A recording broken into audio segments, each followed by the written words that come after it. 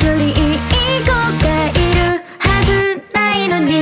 愛されたい愛されたい、明るきリベンジ、無能らせたい無能らせたい、嘘にできないぐらい、笑顔怒った顔泣き顔も飽きるから、愛されたい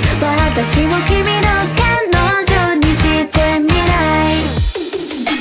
私を彼女にしてみたら結構楽しいと思うよ。お互いの呼び方決めたり、半分こ